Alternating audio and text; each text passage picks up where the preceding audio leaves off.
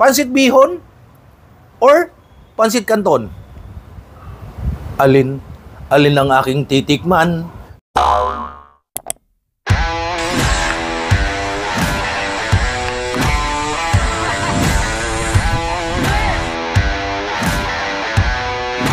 Are you ready?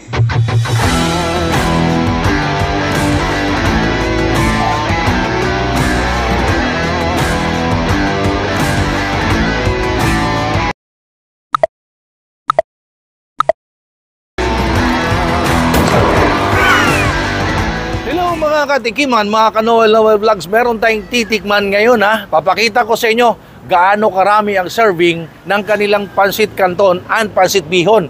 Pareho natin titikman para makita nyo, makompare nyo. Although, Yanyo's Kitchen, sizzling hub siya. Napakaraming mga sizzling na mga ino-offer na napakamura. Ang lalaki ng rice dyan, yung takal ng kanin. Sulit na sulit kayo riyan.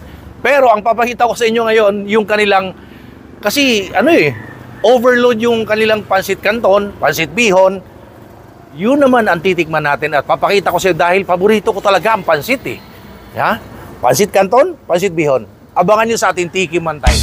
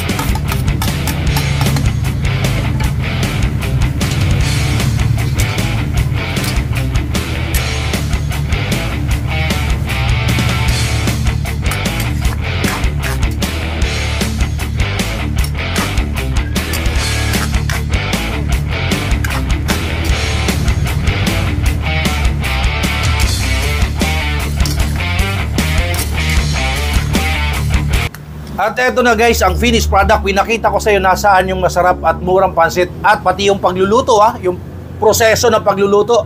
Meron sila ditong ito 100 pesos pansit bihon, ang dami, di ba? At may lechong kawali pa. Kaya sikat ito dito sa Yanyo's Kitchen. Ayun pa, ang pansit canton nila mamasa-masa May lechong kawali, kompleto yan. Ang laki ng plate, 100 pesos lang po yan.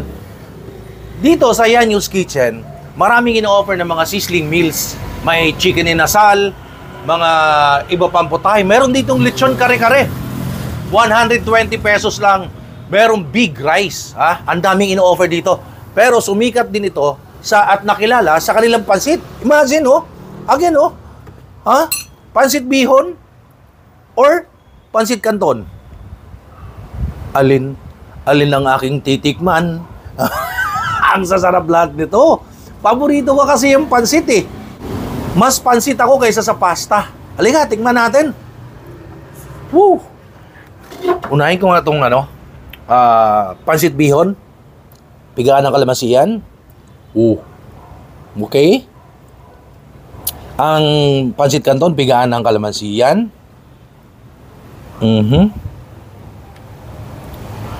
And ngayon, Tiki Man Time na. Ito yung pinakaabangan ng lahat yung ating Tiki Man Time. Tikman natin. Look at that.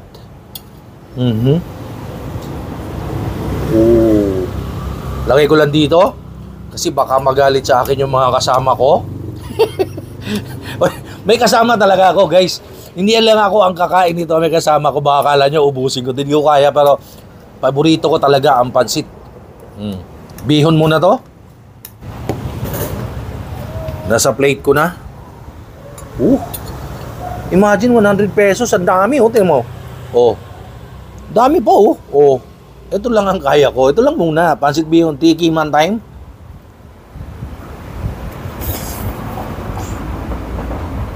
Wow.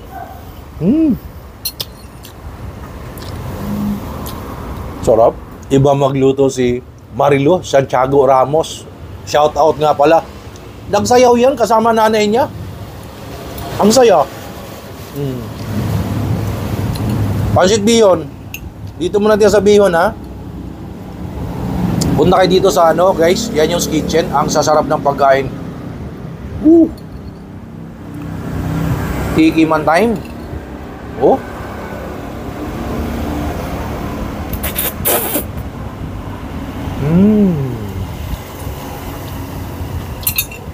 Try ko nga ganito. Ako lang naman, wala namang iba. Ako lang naman ang kakain, wala namang tao. Excuse me po.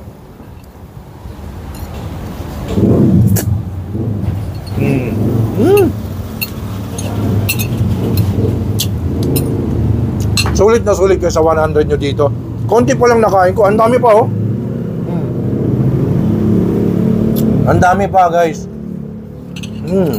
May pansit canton pa. Titikman natin lahat yan.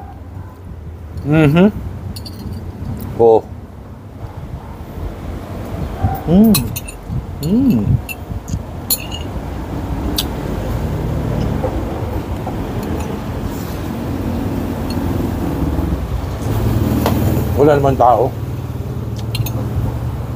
Pinapakita ko lang sa inyo gaano kasarap ang pansit dito. Tsaka marami nga yung serving. 100 mo? Ay, kasi magluto ko Di ba?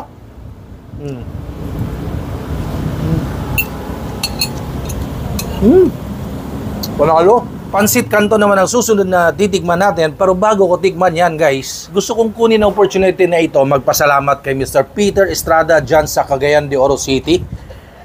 Dahil pinadalhan tayo ng Fern D. Ito, Fern D vitamins. Ayan. Napakaganda sa katawan. Kung paano umorder dito, tawag guys sa kanyang Facebook page. Ito yung kanyang Facebook page ni Mr. Peter Estrada. Contact kayo dyan. At saka ito yung kanyang cellphone number niya. Ayan. Napakamura. At saka hindi kayo basta-basta pwede makabili nito kung saan-saan Wala to sa mga supermarket, sa mga pharmacy. Dito lang sa authorized dealer kay Mr. Peter Estrada. Kayo umorder ng itong Fern D. Ang dami nilang produkto at saka ang ganda ng feedback sa Fern D. Ayan. And syempre, pinadalan din ako ni Mr. Peter Estrada ng tabon-tabon and suha. Pantimpla sa Kinilaw, galing Mindanao. Pina-LBC pa yun, ha? Ha? Pare, boss, amo, bye. Thank you so much po, ha? Ito, pinadala sa akin, oh. Pakita ko sa inyo. Ito yan. Yan. Yan lahat ang pinadala sa akin. Isang box yan, oh. Pantimpla, one of these days, gagawa ako ng kinilaw or kilawin na tuna. Pakita ko sa inyo paano gumawa with tabon-tabon. Ayan. Abangan niyo yan sa susunod na vlog ko. Gagawa ko ng kilawin or kinilaw na tuna gamit ang mga yan na isa sa mga sangkap. At syempre, ngayon na. Huwag na natin patagalin pa. Ito namang pansit canton, ang titikman natin, 100 pesos, oh. Ang dami. O, dito na. Ayun, oh. Oh, iba yung ano, ha? Yan yung kitchen. Oh. Paborito ko talaga ang pansit. Mas ano, actually mas ano ako eh. Mas more on pansit kahit anong pansit. Bihon, canton, Mickey bihon. Ayoko ng pasta eh. Pinoy ako eh. Hoy! Pinoy ako! Tikman natin. Tikiman time. Oh.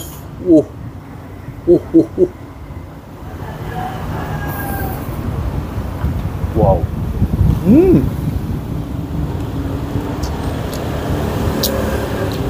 Yung lechon kawali toppings, napaka-crispy.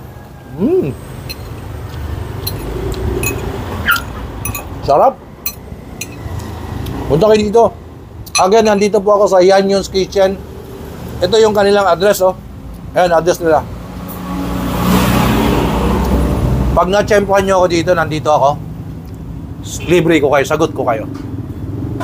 Ng sabaw. Ay, di. Punta kayo dito. Kung bahala sa inyo. Sarap.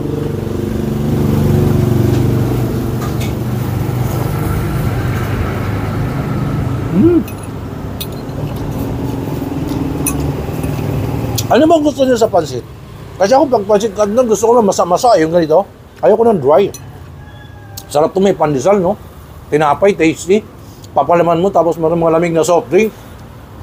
Huwag ko na banggitin na Coke. Sikat na yun eh. Uy, Coke ka, baka naman.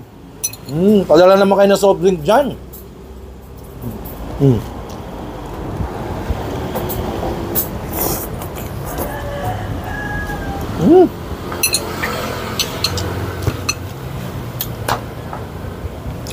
Isa lang yan sa pinakita ko sa inyo na sulit na pagkain, masarap, mura at napakarami ng serving dito sa Yanyon's Kitchen. Again, number 30 Balat Road, Tanagsora, Quezon City.